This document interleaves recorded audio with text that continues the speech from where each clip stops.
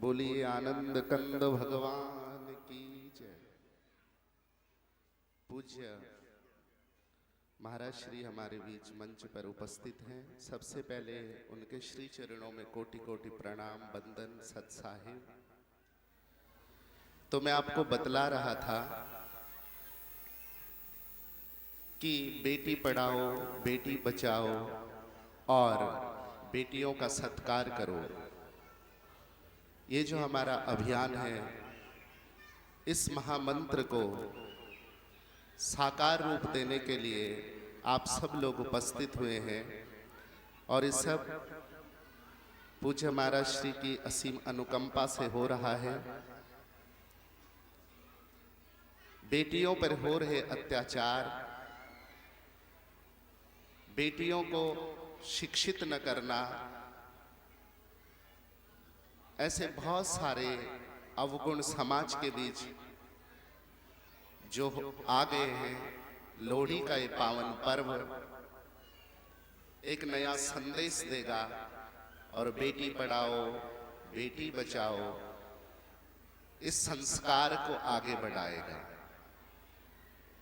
मैंने आपको बतलाया कि ओश की बूंद सी पावन होती है बेटियां, पिता का स्वाभिमान होती है बेटियां।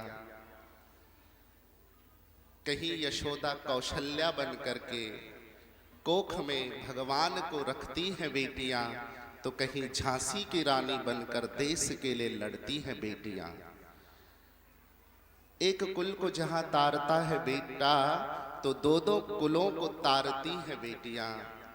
कहीं अहिल्या बनकर, कहीं सीता बनकर, कहीं राधा बनकर बार बार प्रेम की परीक्षा देती हैं बेटियां।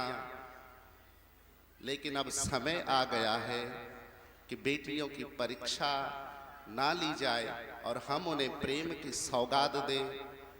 इसी सेवा कल्प को आगे बढ़ाने के लिए हम सब लोग एकत्रित हुए हैं। और शास्त्र कहता है कि यत्र पूज्यन्ते नारी तत्र रमन्ते देवता। जहां नारी का सम्मान होता है वहां देवता रमण करते हैं, और जहां नारी का सम्मान नहीं होता वहां देवता रमण नहीं करते। इसलिए माताओं का सम्मान करना, बेटियों का सम्मान करना, उन्हें संस्कारित करना, उन्हें अच्छी शिक्षा देना, यही हमारा परम धर्म है। कुरुक्षेत्र के महारण समर में जब पितामह भीष्म अर्जुन के उन बाणों से घायल हो गए, तो सरसैया पर पड़े हुए भगवान कृष्ण के अंतिम दर्शन के लिए हरे कृष्ण इस महामंत्र का जाप कर रहे थे कि कहीं तो द्वारिकाधीश आएंगे, कहीं माधव आएंगे और मुझे दर्शन देंगे। भगवान तो सबके मन की जान लेते हैं। युधिष्ठिर शोकाकुल हुए तो भगवान ने युधिष्ठिर को उपदेश नहीं दिया और सीधे रथ पर बिठा करके कुरुक्षेत्र की यात्रा की। और जैसे ही पितामह ने पीली पीतांबरी पहने हुए कृष्ण को देखा, प्रणाम किया, तो कृष्ण ने कहा कि पितामह आपके मोक्ष पर आपका परम अधिकार है, लेकिन फिर भी आप मुझसे कुछ मांग लीजिए। तो पितामह ने भी बेटियों के लिए ही मांगा। भीष्म ने अपनी मुक्ति नहीं मांगी और कृष्ण से कहा इति मति रूप कल्पिता वितृष्णा भगवती शाश्वत पुंगवाम में।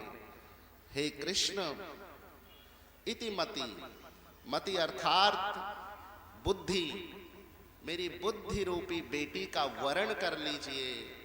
मैं अपनी बुद्धि रूपी बेटी को आपके चरणों से बांधना चाहता हूं। कृष्ण कहते हैं कि मैंने तो आपसे अपने लिए मांगने को कहा। पितामह भीष्म कहते हैं कि कृष्ण, जब पिता की बेटी सुखी होती है तो पिता स्वयं ही सुखी हो जाता है, और जिस पिता की बेटी दुखी होती है वो पिता चाहे कितना भी सुखी क्यों न हो, वो तिल तिल मरता है।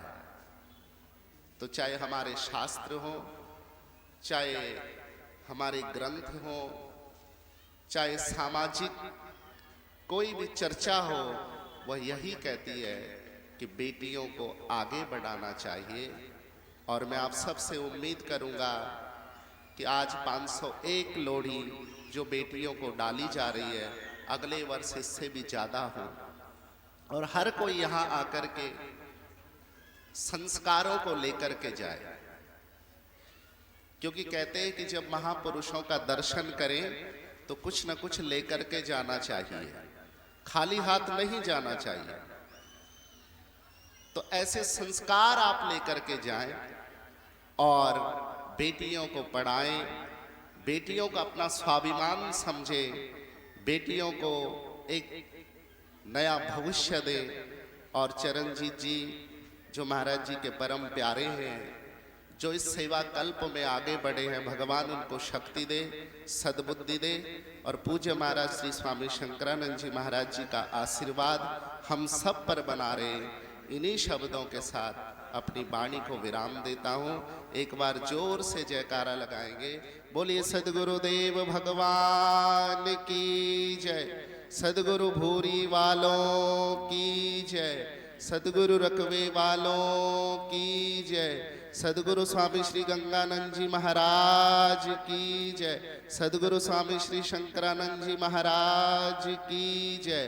सत साहिब, सत साहिब, सत साहिब।